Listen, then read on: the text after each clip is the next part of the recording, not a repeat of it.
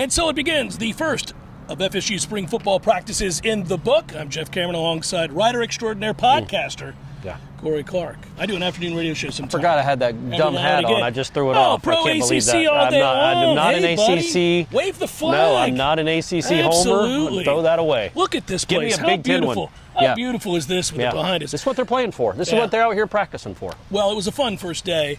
Obviously, they're not in pads, so there's only so much that we can really learn. But listening to Mike Norvell just now, obviously he seemed pretty pleased with everything. I think the story continues to be, Corey, and you can tell me if you think I'm wrong, even though I won't be. Okay. I think the story continues to be just how many options they have at the line of scrimmage, both defensively and offensively, with big dudes that can really move.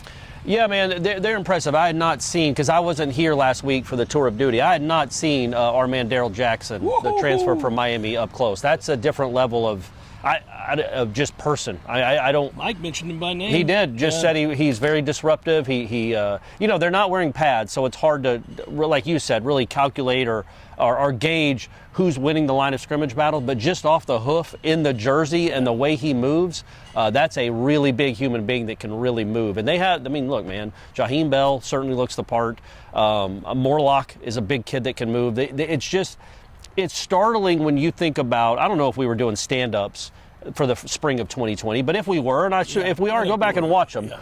But the difference in caliber of what we watch today compared to what we watched even 2 years ago, but with Norvell's first year, it is like a different sport they're playing. Yeah, the roster has been effectively flipped. I mean, there's a couple segment groups that you still want to see growth in, but if we're just talking about the caliber of athlete, like you're saying, the sheer size, the mobility of that size, the depth of that size, it's a totally different roster, and that's why you feel like it's worthy of the expectations that we all have right now. I mean, we're trying to document a team now that we think is capable of making a run at the ACC championship at the very least. Yeah. So you come out here and you juxtapose expectations from where we were 2 years ago standing out here, and you were like struggling to find 4 or 5 guys you felt real good about as an elite athlete. You don't have to do that anymore. The tight end room, you just started with that a moment ago. Right. I mean, Mike brought it up. You got 4 or 5 guys that you feel really good about in the tight end room.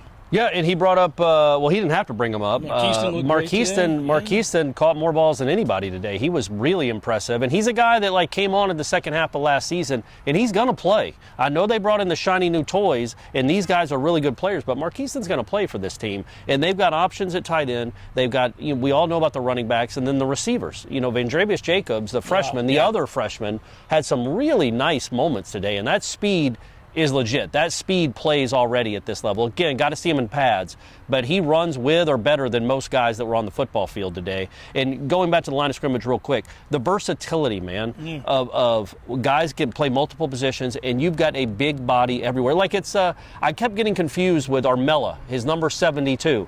And then I saw 79, which is Lucas Simmons, and I'm like, oh, that's Armella. And then 70 is Casey Roddick. And for a second, I thought that was Armella, because they're all enormous guys. They're massive dudes. Yeah. And, that versatility will Plus, I have a horrible memory. I'm terrible with numbers. Well, I'll stand close to you throughout the practices. Thank you. I'm here for you, buddy. Anytime I say Armella, you correct me. By the way, Fentrell Cypress looks the part. Yes, yep. Quindarius Jones looks the part.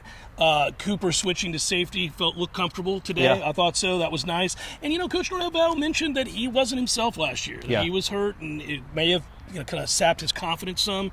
So it'll be good to see him play with confidence again, because we know he has ability. Sure. I think that whole secondary is interesting, because we don't watch a lot of guys develop in the competition there too. Yeah, and I didn't know. We're learning numbers as we go. We know the names, but we're learning numbers. Switch numbers too. They did. Akeem Dent's number 1 now. Yeah. And so I saw a 23 flash in the one-on-one drills as a DB, and I'm like, who is this guy that keeps breaking them up? This could be a good freshman. And it was Fentrell Cypress. Yeah, he was legit in the one-on-ones. And I'll say this, man. I thought the quarterbacks on a whole performed well. Norvell said it afterwards. You can watch that video, and you better. You owe it to us to watch the Mike Norvell press conference that we just had with him. And he talked about Jordan Travis being remarkable. And it's like you come to expect it now. Jordan Travis just had a ho-hum, almost perfect day, and he did.